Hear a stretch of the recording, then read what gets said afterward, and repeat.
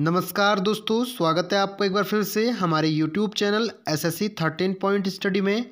तो दोस्तों, आज काफ़ी टाइम बाद मैं एक टॉपिक लेके आ रखा हूँ हिंदी का, जो परीक्षा की दृष्टि से काफ़ी इम्पोर्टेंट होने वाला है। तो दोस्तों, ये हमारा टॉपिक है पत्र लेखन, और इस टॉपिक में मैं आपको 3-4 टॉपिक बताऊंगा जो पत्र लेखन से संबंधित हैं।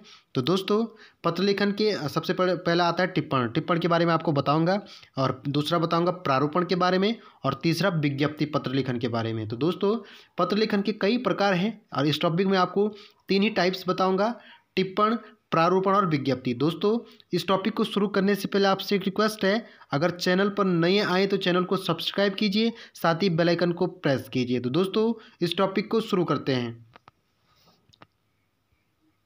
तो देखिए, टिप्पण।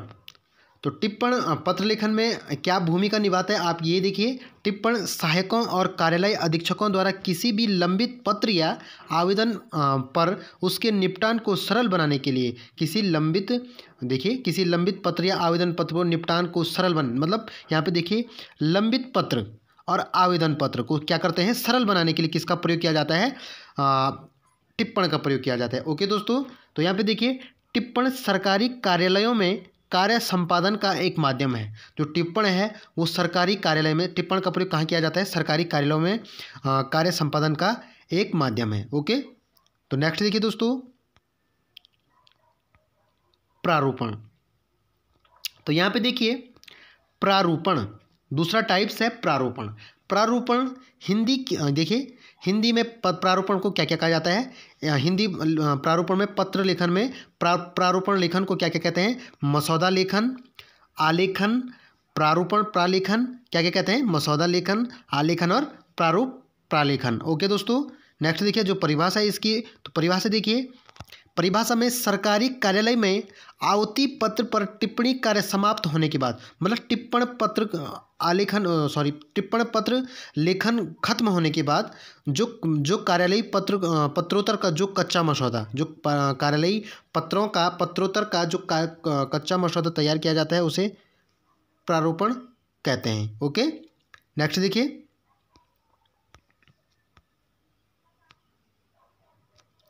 तो देखिए दोस्तों, टिप्पण कार्य का अंतिम सोपान प्रारूपण। जो टिप्पण कार्य का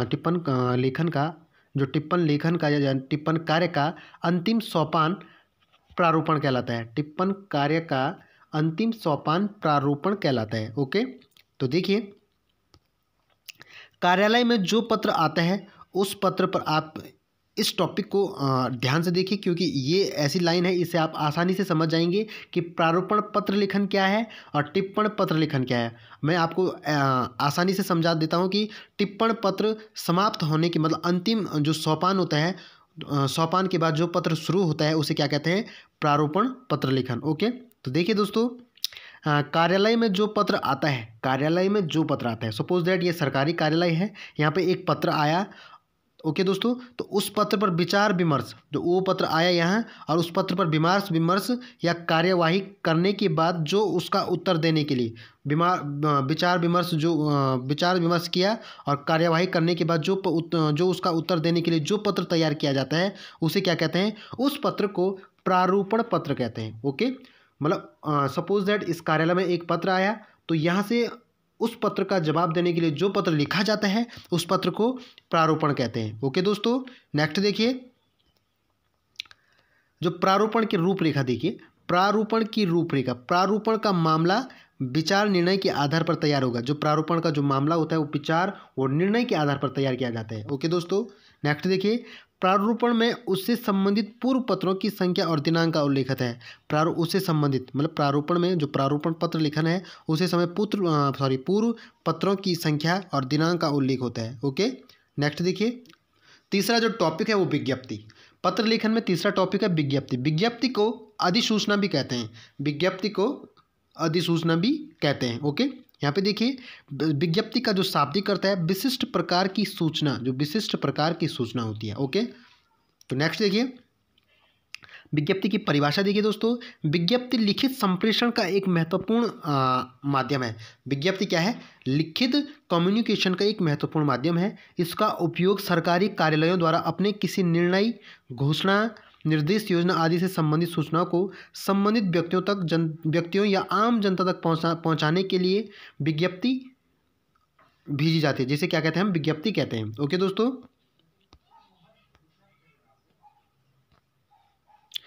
नेक्स्ट देखिए, आप पहले ध्यान से पढ़िए।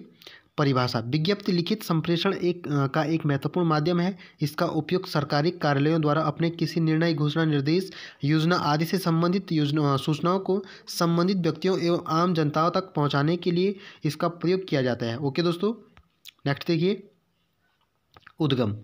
उद्गम सरकारी कार्यालय की सर्वोच्च प्राधिकारी के स्तर से, मतलब जो उद्गम होता है, विज्ञप्ति कौन जारी करेगा? एक आम इंसान तो जारी नहीं कर सकता है, एक आम गवर्नमेंट आदमी तो ऐसी जारी नहीं कर सकता है, क्योंकि जो इसका उद्गम होता है विज्ञप्ति का, वो करता है जो सरकारी कार्यालय के सर्वोच्च प्राधिकारी होते हैं, वो विज्ञप्ति जारी करता है। ओके दोस्तों, नेक्स्ट देखिए। शासकीय पत्र व्यवहार में सामान्यतः दो प्रकार के होते हैं। शासकीय पत्र व्यवहार में जो विज्ञप्ति होती है, एक सामयिक होती है, एक प्रशासनिक। ओके दोस्तों, तो आशा करता हूँ कि दोस्तों आज आपको ये टॉपिक समझ में आया होगा।